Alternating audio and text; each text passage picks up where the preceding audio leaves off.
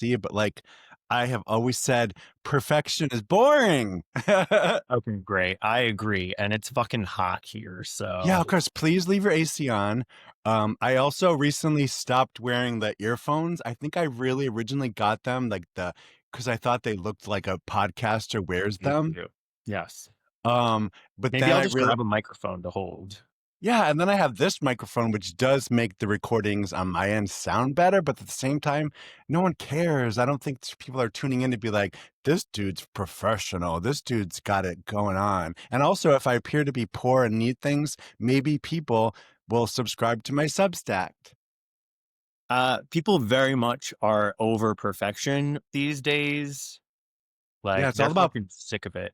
well, it's all about polish. It's like over the last few years, I've been watching a lot of like podcasts and YouTube channels and like all the things. And like, it's funny. Like, I used to think it took a long time for somebody to get to a point where they had it so polished and set up in a studio on this. And like, nowadays, people with like 12, oh, yeah, it looks all good. But Never comb my hair. I'm like, I'm a mess. Okay, dude, great.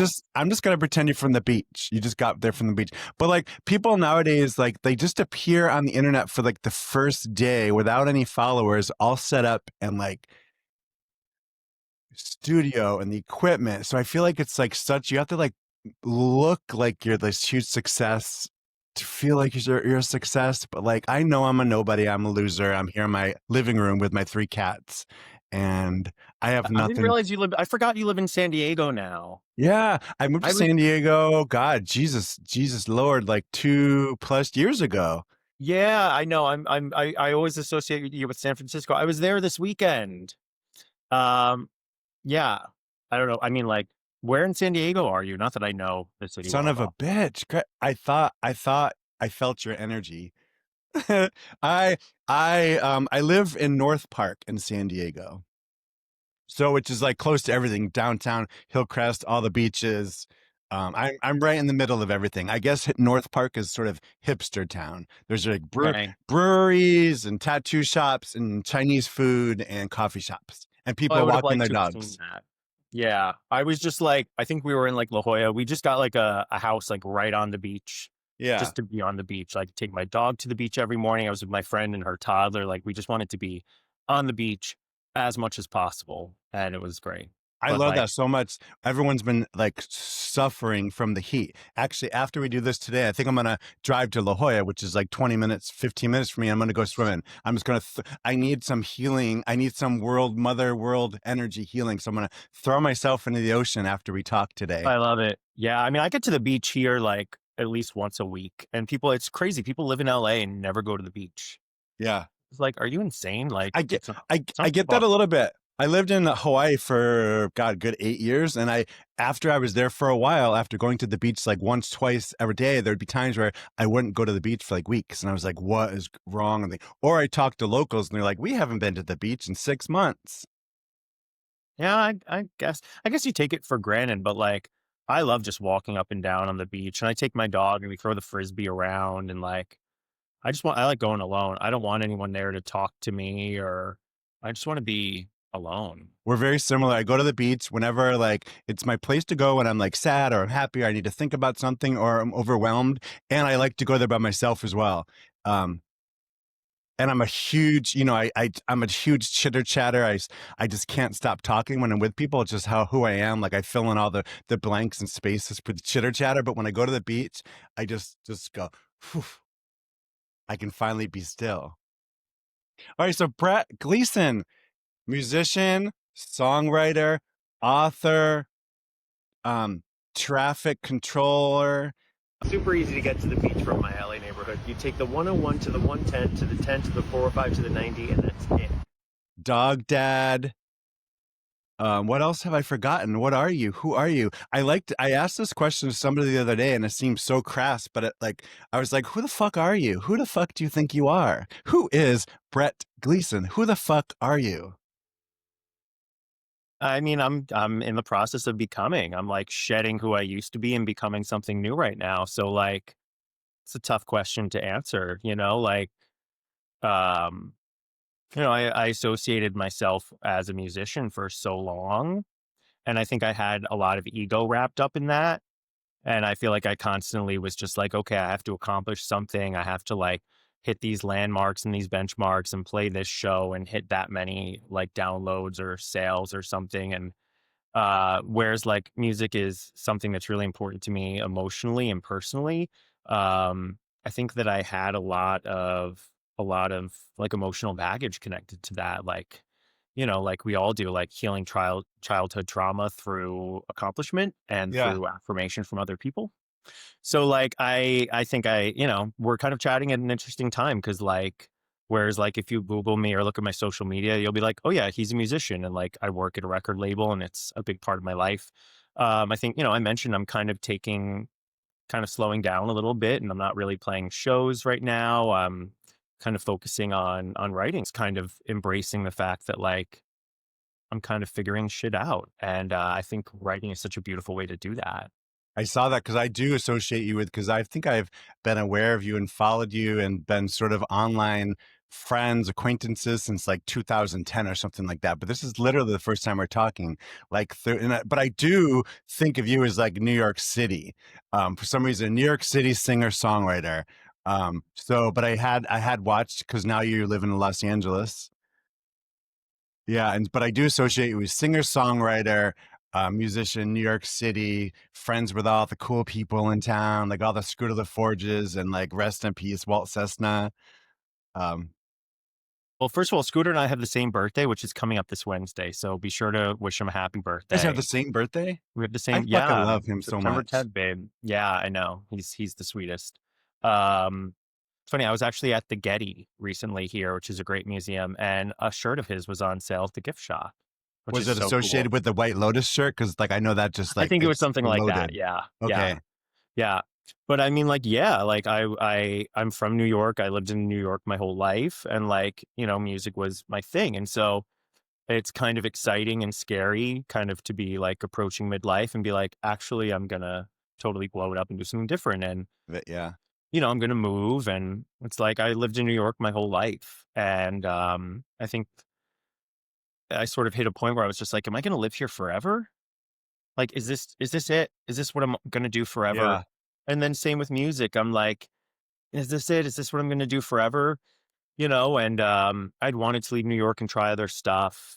And I was thinking like Philly or somewhere closer that's cheaper so I could Yeah. stay with my family and maybe move from a studio apartment to like rent a house or something. But With a yard with grass in it. Oh, a front yard with yeah, grass. have some Yes. nature, have a dog. Yeah. But then it's also like what I wanted to think bigger and do something bigger and bolder and go somewhere totally different and just blow up my life. And I That's did so that. funny.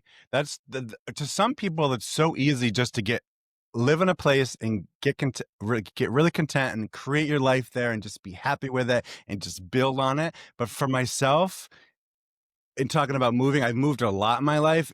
And the hardest thing in my life was to think about like, this is my one life. Where do I want to live it? Like I have gone into panic attacks thinking about like after leaving Hawaii, living in San Francisco, do I want to live in SoCal? And I have this like huge amount of pressure on like where I want to do it, because I feel like there's always this time clicking in my head, and I get so stressed out. I'm like, this is like my favorite saying. This is like not a dress rehearsal. This is it. This is the real thing. And so like I get so stressed out. Even today, as I live in San Diego, I think, holy crap, is this where I'm supposed to be? Is this where I'm supposed to be? And I, instead of just like let it go, I'll let it just spin in my head, and it like somehow will destroy me some days. Yeah, I mean, but I love that attitude because you're just like, this is not a dress rehearsal. This is my one life. And like, to quote Depeche Mode, everything counts in large amounts. Oh, It's like, I have it's all goosebumps. I just got goosebumps. on. Yeah. Um, yeah, I mean, I sort of, and like, I still constantly am back and forth because I'm just like, okay, like, it's weird, when you're from New York and you live there and you're an artist, you're kind of just like, this is where I should be. This is it. But then it's a big, exciting, beautiful world out there. And, part of me even now, I'm just like, okay, like I was gaining some traction in New York. Like I was developing a following and like I knew people, but And so I'm like, well, did I blow up my career and leave? And now, like, I've played some shows here in LA, but people don't know me. No one comes, Yeah. you know? So I'm just like, well, part of me's like, well, what the fuck did I do? Yeah, it's But like I think feel like part of your identity becomes where you live, and New York City was that. And it's so funny to say this because I've been watching in the background at home the last couple of days the documentary about Billy Joel. Like I've known Billy Joel's music forever, but I knew nothing about Billy Joel. But there's a really good documentary right about his life right now, and he talks about when he was like sort of chasing his dream, and his dream while chasing his dream, he found himself in California, and then he's like things weren't clicking in California with his songs and his writing, and he realized because he's a New Yorker, like he wanted to write in New York. And I'm not to persuade or like your thoughts about where you want to live this one life, but I'm literally watching the Billy Joel, and he really talks about how his location and his identity with the location and like where he writes and creates the best music for him was New York. Like, and the music he sang was New York. And I don't know, it's just really interesting. Go watch it on it's Netflix. I gotta watch it. Yeah, I mean, I'm from Long Island, so it's like I'm a piano player from Long Island. So Billy Joel is very much on my radar. And he's so cute. Young Billy Joel. He's so cute. He's the cutie. Yeah. Cutie I mean, but he wouldn't have patootie. known that if he didn't leave, you know? And it's funny because like I've been here about 4 years now, and it's like every few months to every year, I have some sort of emotional crisis. And I'm like, that's it, I'm going back to New York. But then something great happens. You know, like I Yeah. get a new job or I move somewhere cool and I'm like, this is exciting. And like by leaving, I was able to shed so much emotional baggage and just and become someone new and change my mind Yeah. frame. I think I was so stuck in these like really negative emotional patterns. And it just there's something about leaving and going somewhere totally new where you don't know anyone. And that's everyone in New York I knew was from somewhere else. And Yeah. part of me was jealous of them. I'm like, oh, that's so cool. You came here, you created this new story and this new version of yourself. And like, I want to fucking do that.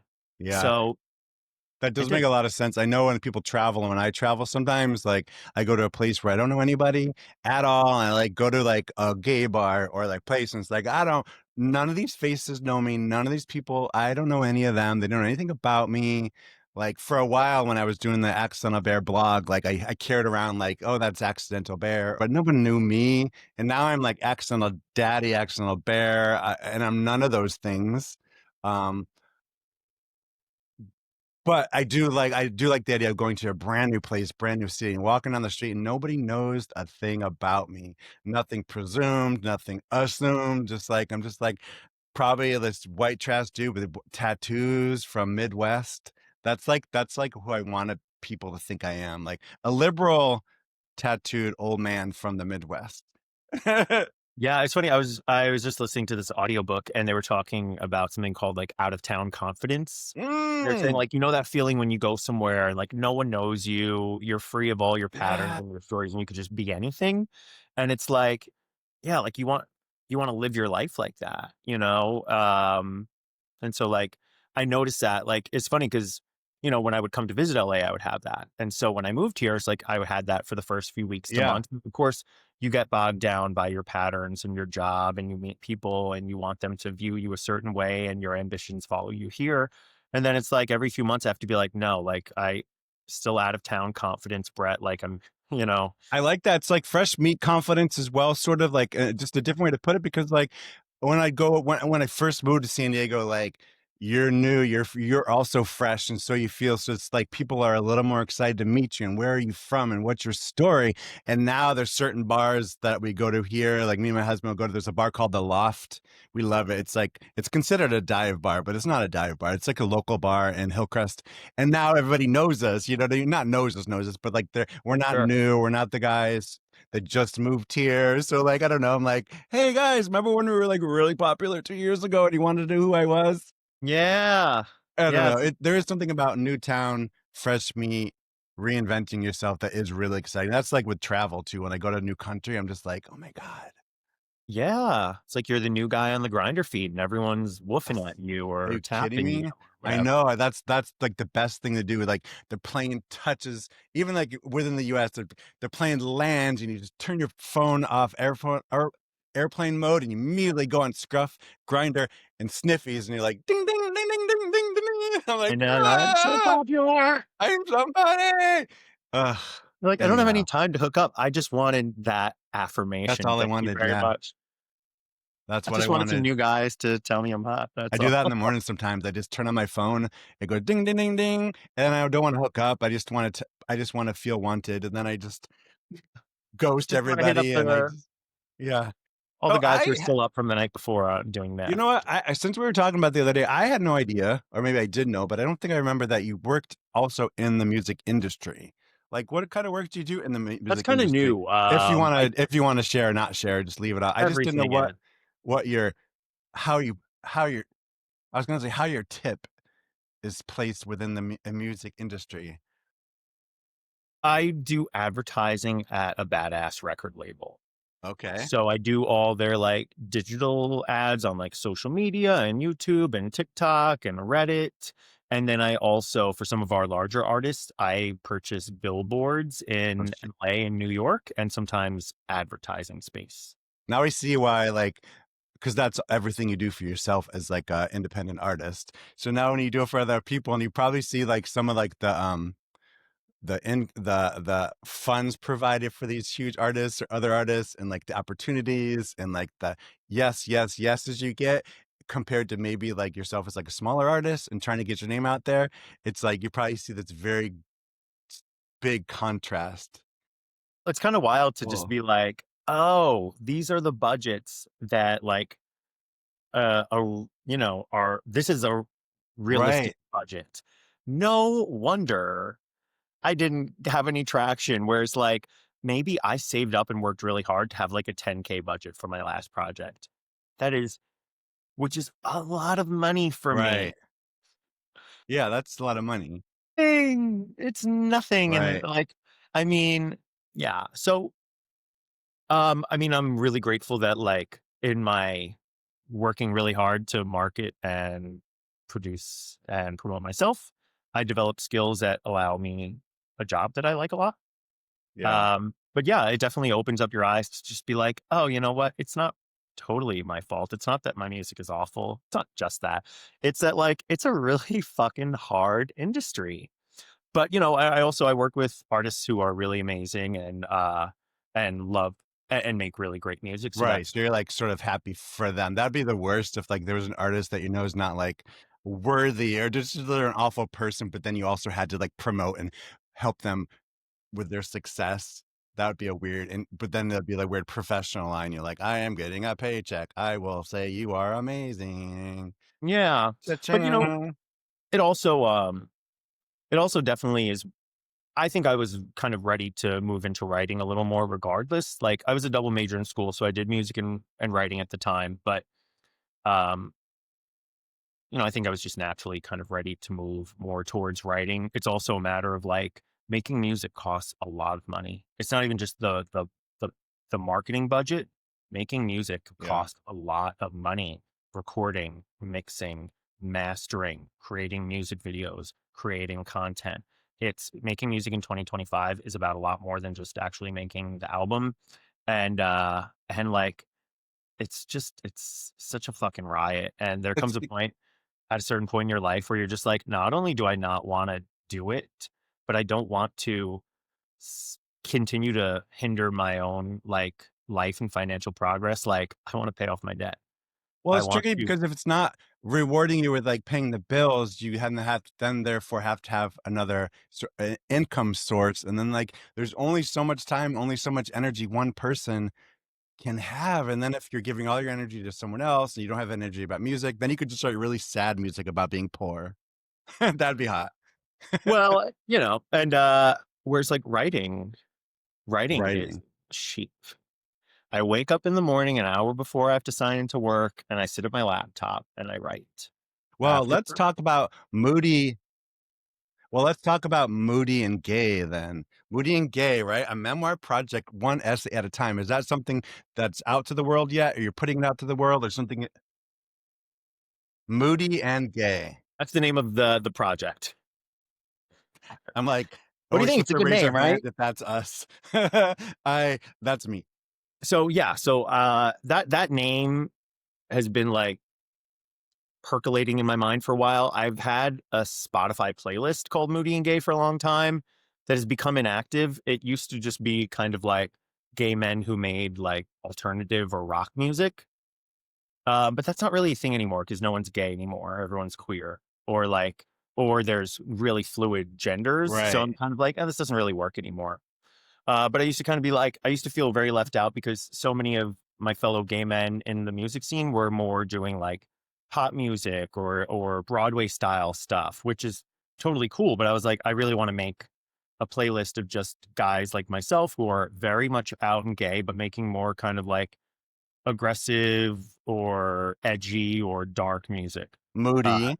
yeah, exactly. Well, and then also I'm bipolar, so moody, and I'm gay, and I'm gay. So there we go. And I also just thought it's like a fun branding thing. Like I would love to wear a hat that just says moody and gay. So there's the merch. Didn't do that, obviously. Uh, Not yet. You not could. yet. It's got to take off. So, um, so yeah. So now I'm writing essays, and the idea is that like, um, the essays all kind of build up to make a memoir. And most of the essays that I'm writing are all kind of from my 20s, which is a time when like I was hospitalized for bipolar disorder. You know, I came out, my first boyfriend was diagnosed with HIV. I lived abroad for a while. I really started aggressively pursuing music and had some health issues. So it's kind of just like a lot happened very intensely, and I was kind of too young to really take it all in. Sure, sure. So now I'm kind of going back and being like, what the fuck was that about? You know, I've just been in survival mode since then, and now I'm dealing with it, which is very personally gratifying. Um, but also I think makes for some interesting writing. Oh, sure, sure. And I feel like you've always like sort of worn your emotions on your sleeves, like through your music or through your writings and through your posts. I don't know. I've always sort of watched your content and just been like, oh, I don't know. I feel like it's you have worn your emotions on your sleeves and your feelings and your thoughts. And I'm like, oh, okay. Brett, I've seen you go through ups and downs, and it's not a bad thing at all. I wear anytime I'm feeling lots of emotions or stress or sadness, I tend to share more online. And then I have this weird, like, oh God, I shared too much. And then I get embarrassed. But I tend to do share the most when I'm like really not feeling great. I don't know what it is. Like, and then I'll just like bleh, on Facebook or Instagram, and then it feels great. But then then I sort of feel embarrassed later. Yeah, I'm like, holy shit. Cause like I have a lot of trauma and alcoholism in my family. And sometimes eh, during anniversaries of deaths and things like that, I'm feeling a lot of shit. And so it feels great to like just put it in writing online. I don't know what it yeah, is about that. I feel like really relieved after I do that. And then the next day I'm like, oh God, people probably think I'm such a fucking idiot. Like why do you he feel needs that? friends. I'm like, like, does that belong online? Why didn't he just tell his friends that? Ugh. I don't know. I'm a piece of work. I think that it's easier to share things with strangers. Yeah. And I also think that it's really brave to do it. And I think that it's really gratifying to do it. Like I noticed that, you know, over the years, obviously I'm sharing music online, I'm sharing like performance stuff, I'm sharing music videos, but what tends to get the most engagement, and I don't mean that in a social media sense, I mean that in a personal sense, what gets the most what gets the most personal responses and what gets the most meaningful connection, which is what Yeah. we're trying to do here, is when I share personal stories. When I just go to the camera and I just talk about like this is what I'm going through, or I write a few paragraphs, and that always feels like I'm connecting the most. Like people are responding the most, and that's kind of the whole point of any kind of art that I Yeah. do. And like I'm in my head a lot with that kind of stuff because then I'm like, God, I feel so cliche or like I project a lot. Like I'll have that one friend of mine that does sort of share too much in my mind. And then I'm like, I'm always out of body when I talk to people in general. I'm always like, how am I being perceived? It's something I've always worked on. Anytime I have a conversation with anybody or like in a professional setting or at the bar, I'm always out of my head looking at how they're looking at me and how I'm perceived. And so after I put this really personal stuff online, I'm just like, oh wow, I'm just so concerned about how I'm being perceived more than like the sharing and like reaching one person. And then I'm like, oh yeah, if I could, and then I see these people like, if I could just reach one person, and I get the point behind that. Like if I can help one person feel better, and then I'm just like, oh God, I'm like such a fucking jerk off. Even though I believe that that is probably the case, I don't allow myself certain freedoms to express myself because I just feel like such an asshole. I'm like, who am I? Am I like this now proclaimed life coach? Like, who am I to say things online? I don't know. A really good friend of mine I went to high school with wrote a book about claiming space, like claiming your space in the world. And I'm terrible at claiming my space in the world. Some like claiming my spot as far as like my opinions or my ideas. Like I feel like I like sometimes I claim a little space, and then I'm like, and I have to give it back immediately. So what's this podcast then? It seems like if after hearing that, it seems like this is a brave step for you You know what? to. Yeah. This is gonna be definitely like just a tangent about this podcast in general. Like, through music projects or writing projects, you have this idea what it's gonna be, and then when you start it, it sort of has the detour, or it just goes down another lane or another path. And I feel like that's happened in this podcast so far because I won't get into too much like details, but like I have a shit ton of trauma to deal with. And through this podcast so far, I've really, in almost every single one of my conversations, have found it to be really healing, whether it be in talking through a trauma or about trauma or hearing other people's trauma and just like sharing a conversation about trauma or healing or just being a better person or trying to have a better life. I talked to somebody recently. He tells stories, bedtime stories, and he had this whole segment. We talked about like instead of waking up every day and like fighting the day, waking up and just living it. You don't got to wake up and fight everything. That's something I learned from just the podcast talking to somebody recently. So it's just this podcast in general started out to be like, kind of how I used to do normal stuff, like talk to people about their projects and art and be crass and be funny and say obnoxious things. But I'm like, holy shit, I think I'm actually healing by talking to people. That's Whoa. so beautiful. Isn't that fucking beautiful? Like, and then and there immediately, I can't take that serious. Like, I'm such an asshole. Like, who the fuck do I think I am? Ugh. Okay. Hmm. Complicated, right, Brett?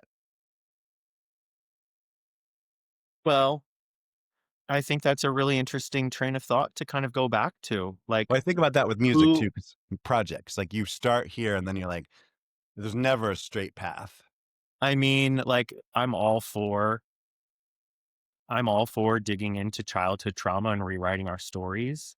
So I don't know how far down you want to go this path, but I would encourage you to think back to where that feeling first originated and what the message was. Like, who told you that you didn't deserve to take up space? Who told you that you weren't good Right, enough? right, right. What the message was and how we can reframe that and create a new one and create. Oh, 100%. See, 100%. Like, it's also one of those things like, do you know if you know yourself well enough to like know that a certain behavior or certain things just gonna like make you feel like shit, or if you know something's gonna actually make you feel better, and even knowing that you still choose the option to make you feel like shit, or the option that doesn't make you feel better, you're like, and because it might take a little more work to feel better, but it's really easy to feel like shit. I have no idea what you're talking about. Yeah, I thought so. I also wrote down here on I always write just one or two things because I have never been diagnosed with anything like health wise, like ADHD or anything, but I am not. Well, you I don't need almost anyone use to the word diagnose. normal. You can't say that word normal. I am not. I am a lot of things, but I've never been diagnosed. But like, I'm clearly ADHD or like You can just probably. diagnose yourself on TikTok. It's fine. Oh, that's true. Well, one of the things I wrote down here, I said, being hot, isn't that enough? like for like this, for success or getting social media followers or feeling great in life, I feel like people still hold on to like physicality and looks, And I'm like, you're a hot dude. Wasn't that enough to make you like a superstar? Thanks. It's You're a hot dude. such a difficult question. Uh, And is it well, even a question? Yeah. I will simply say that no, You no. have to have talent to become a good musician, or can you just be hot? Say that if you're gonna be hot and you want to capitalize on that to have a music career, you need to make like really banal pop music. You Okay. need to make like one of the things about music marketing is that you need your yes, image is extremely important, but it needs to vibe with the sound. So like, listen, I totally tried to just, you know, go with like uh thirst traps when I first started out. Yeah, Of yeah. course, I'm lazy just like everyone else is. No, I I'm a know. I also probably noticed you more when I was like, whoa, look at all that hair on his chest. Hot diggity dog. I didn't know that was great. Maybe yeah, I'll listen to his music now. right. Well, you are one of the few people who did choose to listen to my music, and um, like I remember, when I was younger, I was shooting like when I was younger in New York, I was shooting with photographers a lot, Walt and other people I was connected with. So like I had no shortage of like sexy pics to share.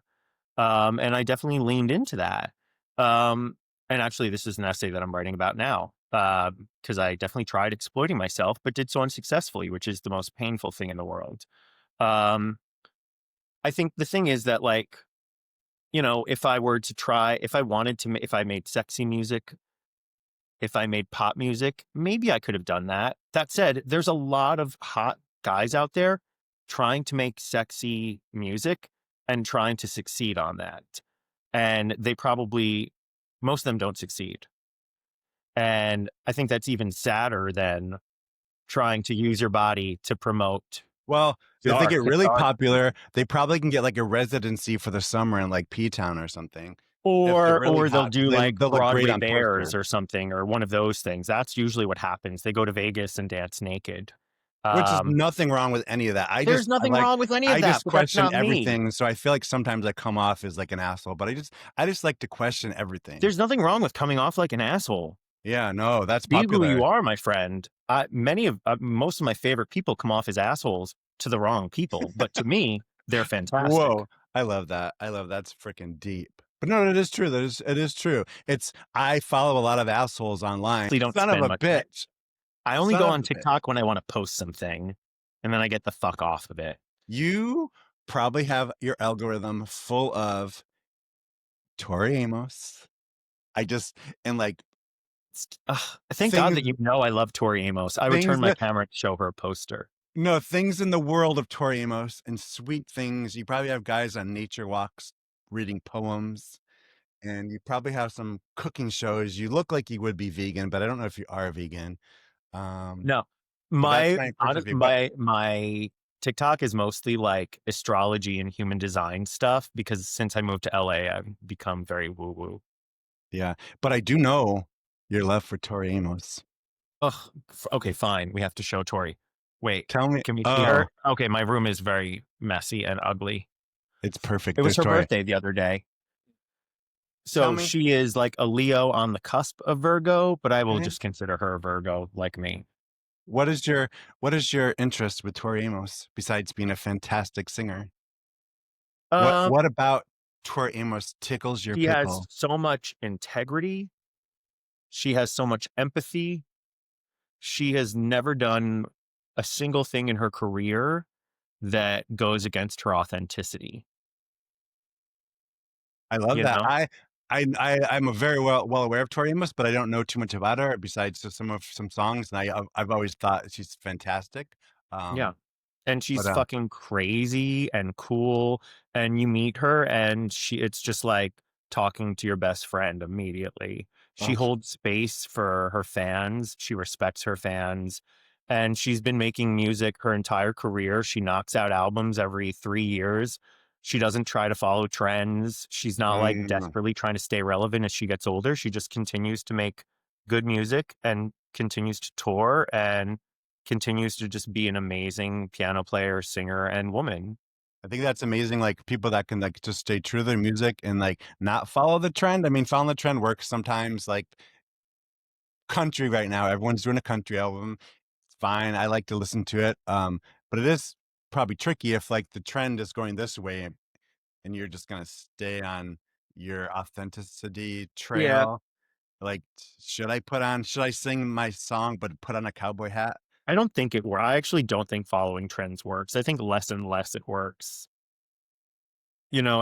I think people are getting very savvy to um if you're kind of doing something outside of your comfort range.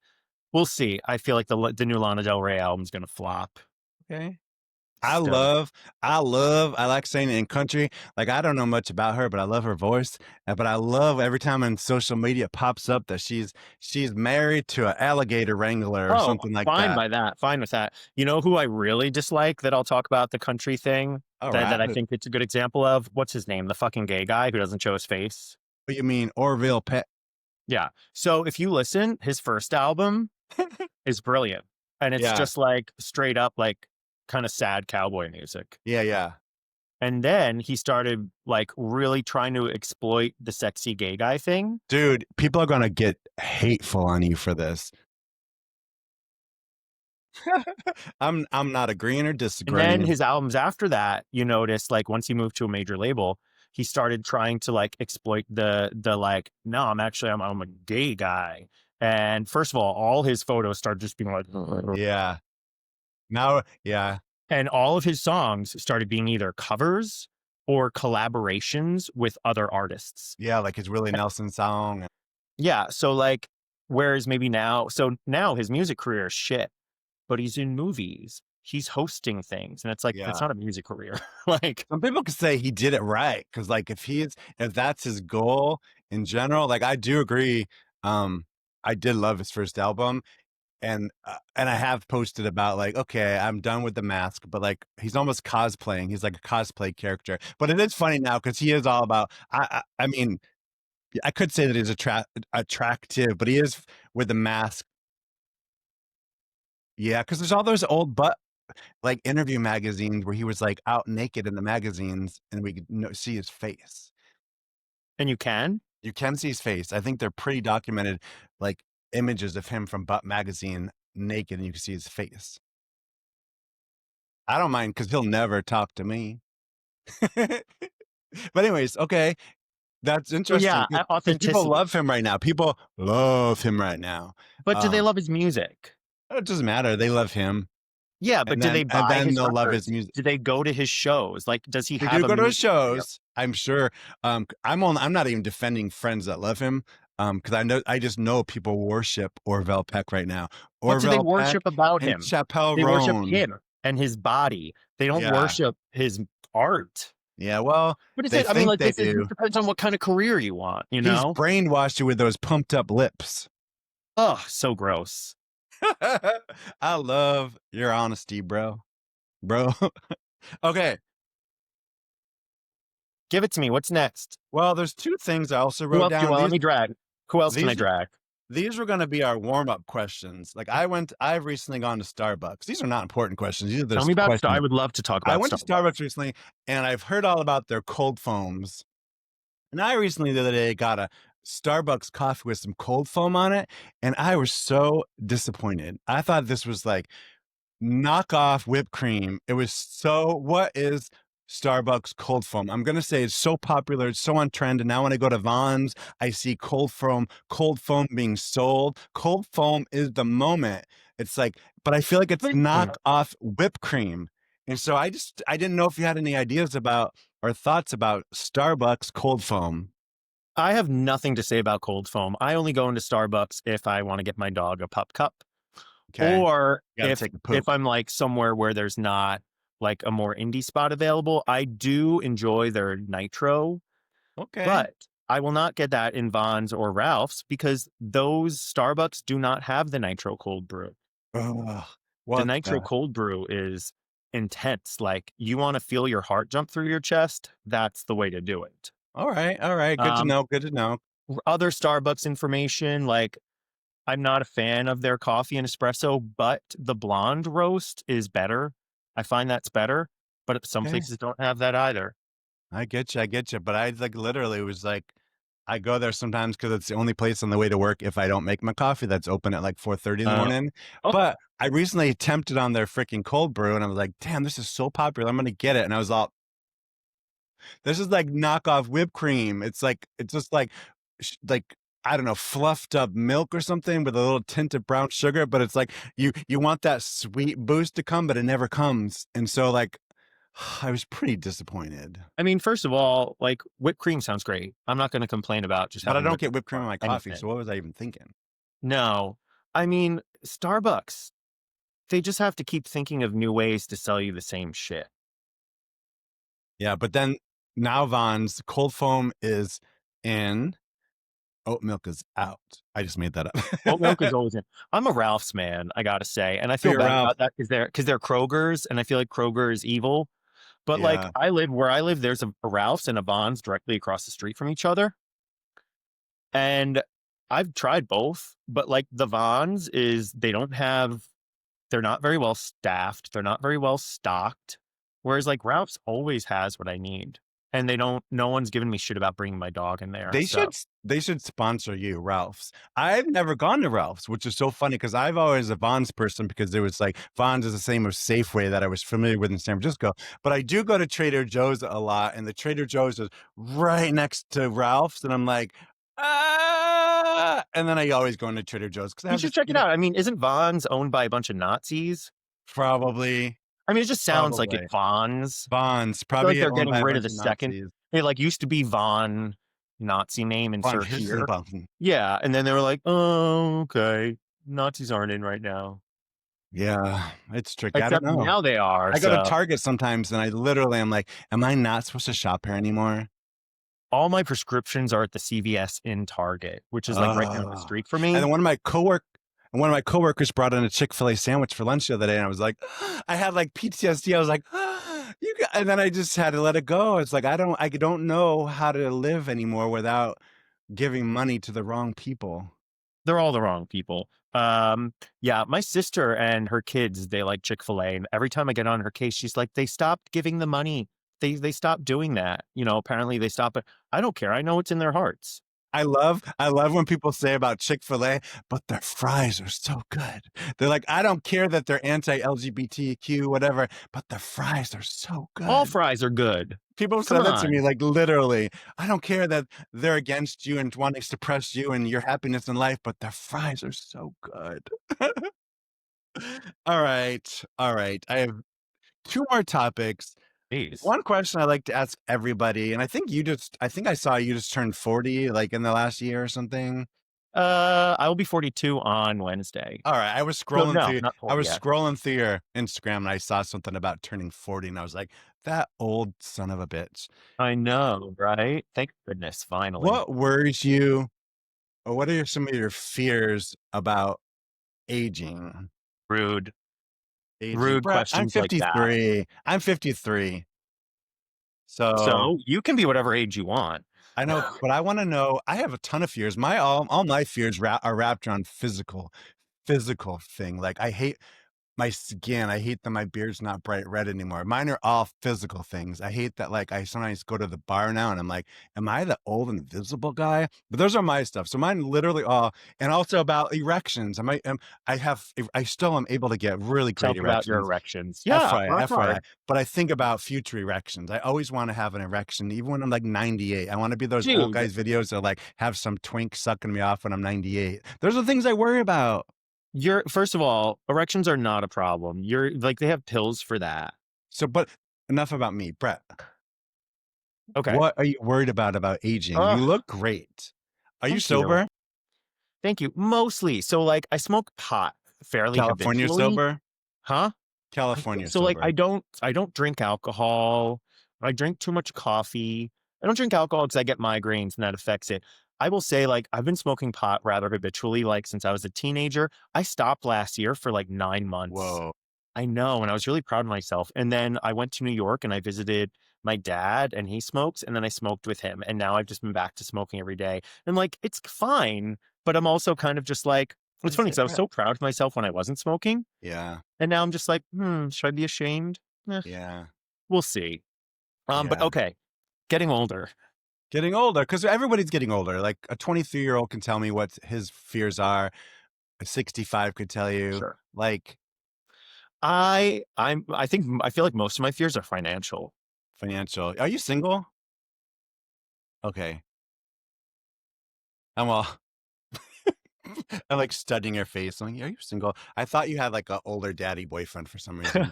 I mean, I had a boyfriend. I was in a long-term relationship in New York for like 5 years. I mean, he was a couple years older. I wouldn't call him a daddy. I think that he Okay. would not want to be called a daddy. It was not Yeah, that kind of I get you. relationship. Yeah. um, but Fears. What worries you? What makes you stay up late at night? What makes you spinning and turning and nothing, tossing in nothing. I don't bed? let nothing stop me from sleeping. I'm a fucking sleeper. That's Um, because you're a pothead. Just kidding. my bipolar meds knock me out too. Okay. Um, I would say that like, you know, I used to be afraid of not accomplishing the things I wanted to accomplish, of Mm. like not achieving what I wanted to achieve. But like at this point in my life, I'm more concerned with not living a good life, not, you know, can not not doing the things I want to do, not seeing the things I want to see, not feeling the things I want to feel, not having the experiences I want to have. Like, Like running out of time, sort of in a way. yeah. But also Yeah. at this point, like with the way this country is and the economy is and the way like my industry is, I'm also just like, where will I be fun? Like, will I retire? Will I Hey. just kill myself because I don't have enough money to survive? Like, Those are the things, like if you're not leading an ordinary life, like the name of my podcast, Fear an Ordinary Life, like sometimes within the ordinary life, you have like savings and a retirement account and all those things. So if you're living a life that's not sort of like set up that way, that could be scary, I imagine. so like even like now I have a retirement account because like I have a full-time job with a salary now. But first of all, like there's not much in there. And also Yeah. I'm just kind of like, dude, this country, like, I don't know what the future of this country is, what the future of our financial system is. Like, maybe all my retirement should be in fucking Bitcoin or in like a Swiss bank or something. Like, Right. I don't have any trust in what's happening right now in our future. So that's cute too. That's, Um, that's, that's, can be I mean, worrisome for sure. yeah, obviously, like, I would love to like have a great love, you know, Yeah. but for now, I am my great love, I and love so, that. so is my dog, and so is my life. I'm trying to do life really well. Yeah. Just like I've learned recently, like I trying to wake up every day and not fight against everything, just wake up and sort of live through things. It's just, it's weird. It's a conversation I had recently, but it's really stuck with me. I'm not explaining it quite well, but like just not, I fight everything, my thoughts, my feelings, my opinions, my decisions. And so I'm just like Mm, going forward. that sounds Um, exhausting. are you kidding me? It is exhausting. Can imagine being married to me. He, I'm How long very have you guys lucky. been married? We've been married 11 years, together for like almost 18 years. So it's like I say, like it's my forever husband. Like I don't want another one. I want him. We're not perfect, but like do we work it out? We do talk about it? Do we? Yeah. Yeah. Brilliant. He is my forever husband. So you think you're gonna stay in LA? I Okay. love Southern California. Like, I love the weather here. I love the nature here. I love the lack of humidity. Yeah. Like New York, that crushed me. It really fucks up my migraines. I think I'm at least going to stay here for as long as I have my dog. Chop, chop, Oh, buddy, baby he's so boy, hot. baby boy. He's really Daddy, sexy. What a he sexy boy. says, Dad, I want a pup cup. Dad, I want a pup He cup. gets treated very well. Um, but like my parents are getting older, and so part of me is like, hey, like I don't know, I might want to be closer in a few years. Yeah. Do you feel Uh, like you have a word that me and my best friend always make fun of? Community.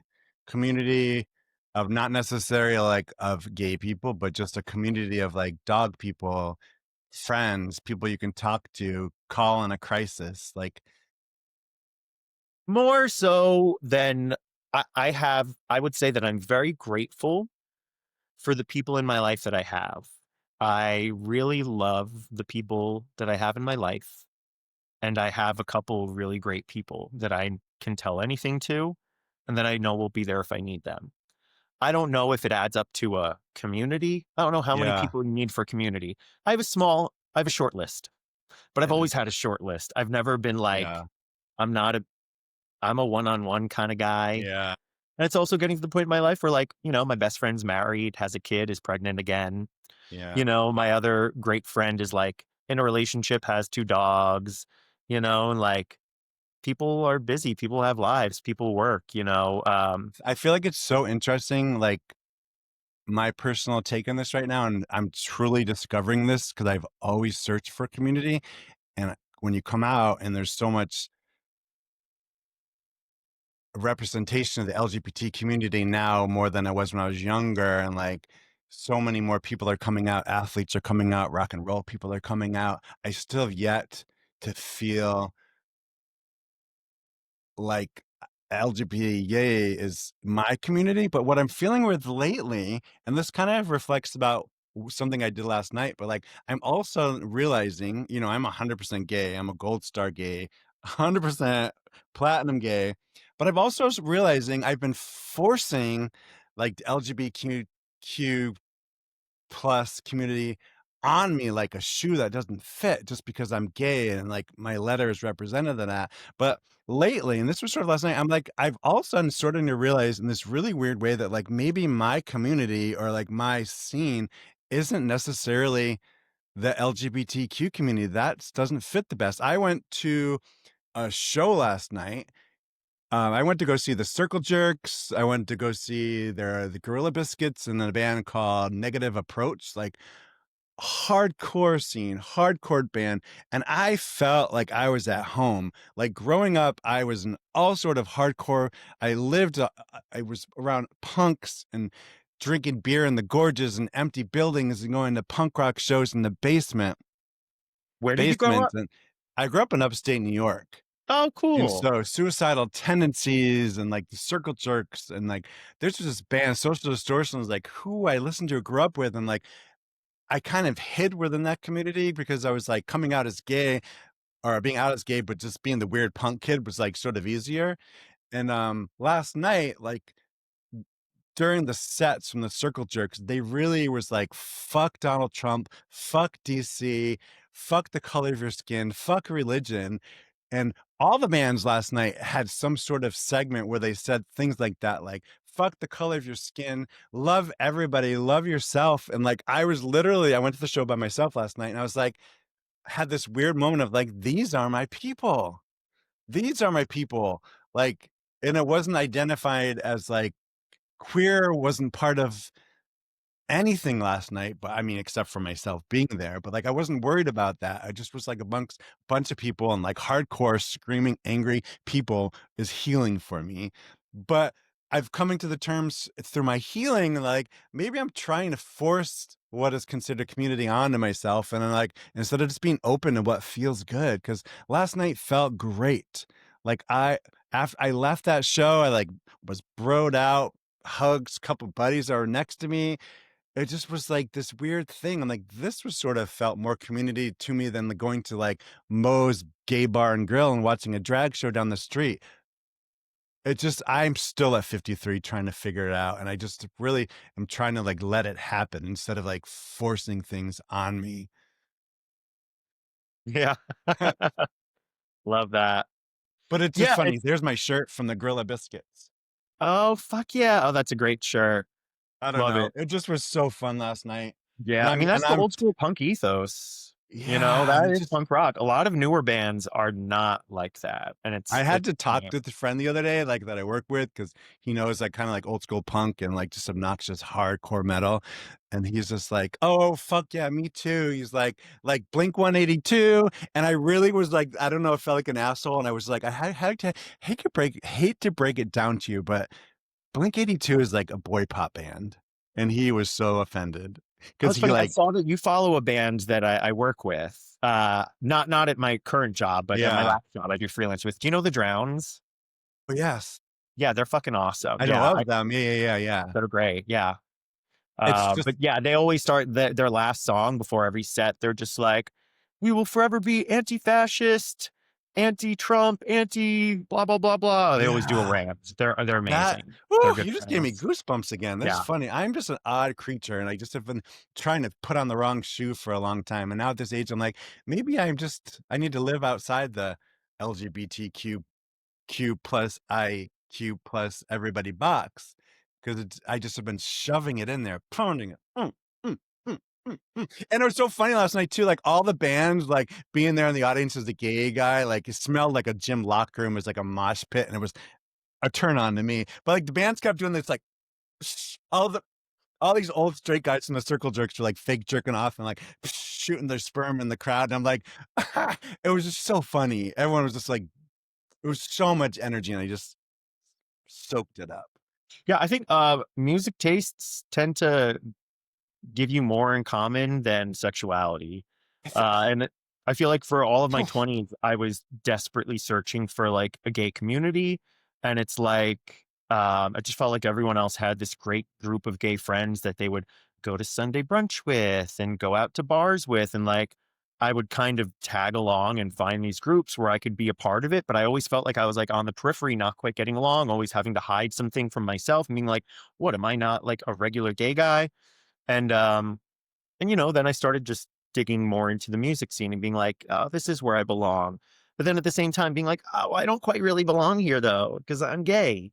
And now Yeah. it's like these days there's more of like a queer music scene, but I still don't really feel like I belong Yeah, in it's there. just But interesting too because I'll all of a sudden like follow a bunch of these bands on Instagram or something like that. That's like these really hard bands, but then I do have to take a pause and like I look at the band and investigate them a little bit more because I'm like, wait, is this not like a white power band? Is it? Because they have like really energy, and I'm like, okay, no, I just had to like investigate into who I'm following and like reposting because like I was like, wait a minute, this band's giving me like hardcore like Nazi bands from like the 80s, but I'm like, okay, no, they're not. They're inclusive and they're not hateful. They just look hard. yeah. Okay, hard. I have one more question, and let me tell you if you don't want to talk about it. Wait, Um, okay. I put bi Bipolar. I put bipolar because you've talked about it. Well, while writing my notes, I would like during like asking about it, I was like, when you talk to people or date a person, do you do you feel the obligation to like tell them about it, to reveal that about yourself? I even put like the word bipolar, suffering. I am suffering. Like how would one approach like telling someone like I am suffering with bipolar?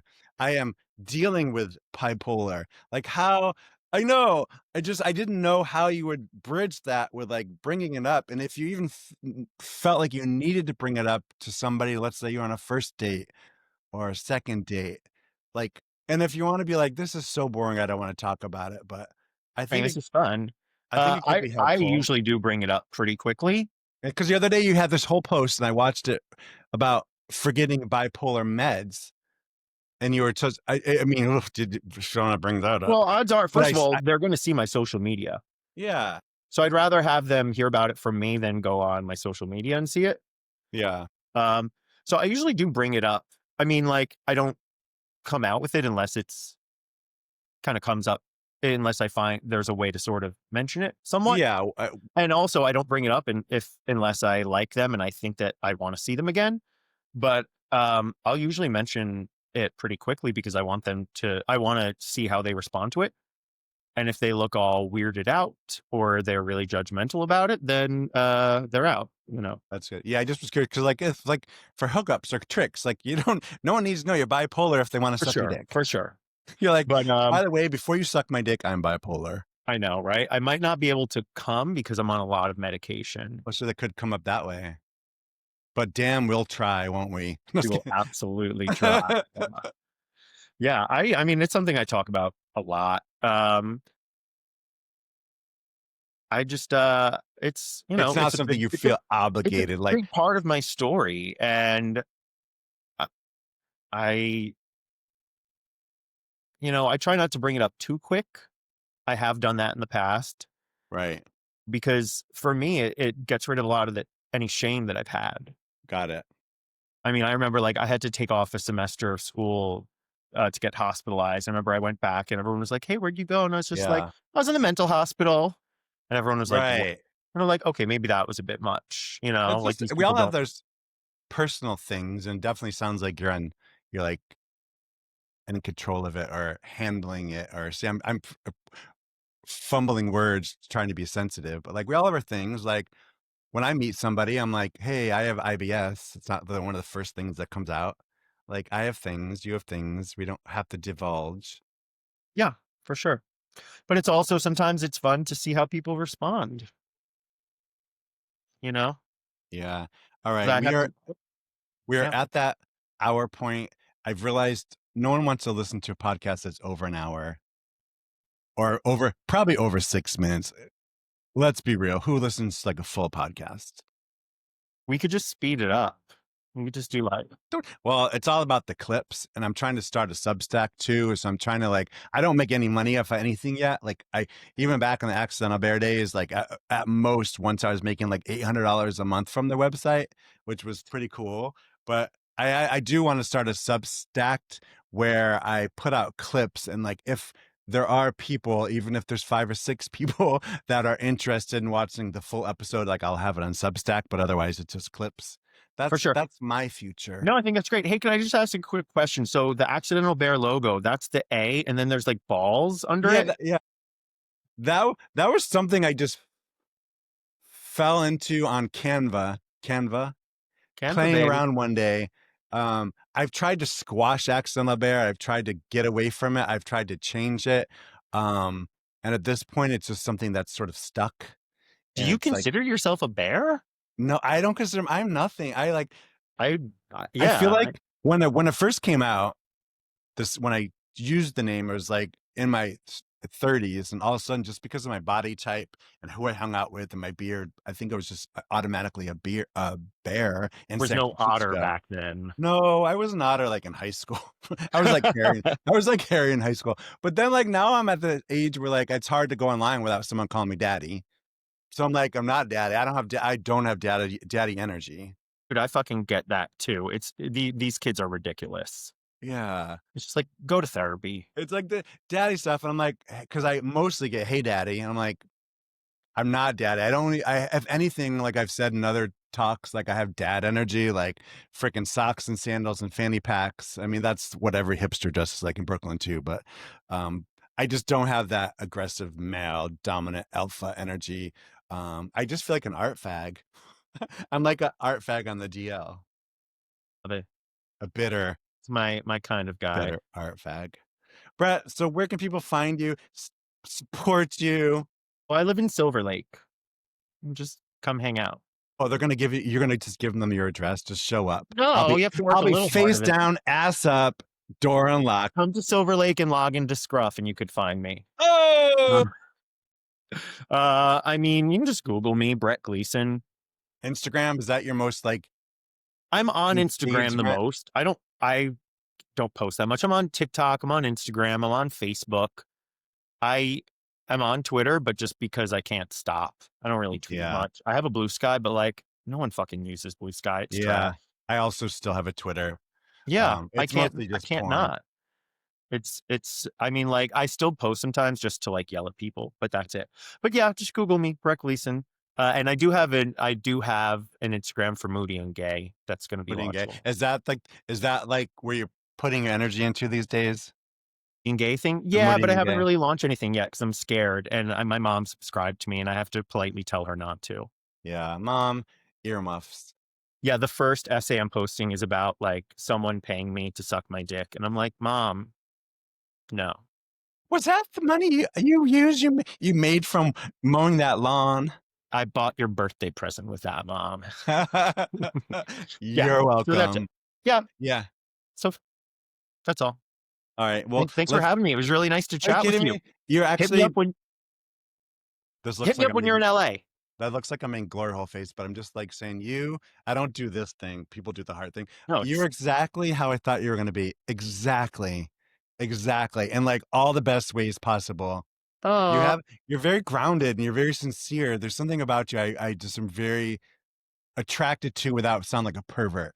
There's something pulling me towards you. So if we are in the same location, if you come up to San Diego, let's hang out. I Yeah, love dogs. I bet you give really great hugs. I do. I do. Well, It's okay. I give really good hugs. sometimes I have to like give out, like someone comes in and I'm like resisting and I'm like stiff and then I like give into it. But at I mean, first, whenever someone touches me, I resist. But that's more of like childhood trauma. it's okay. We'll work through it. All right. Let's talk again soon. Sounds good. All Thanks, right. Mike.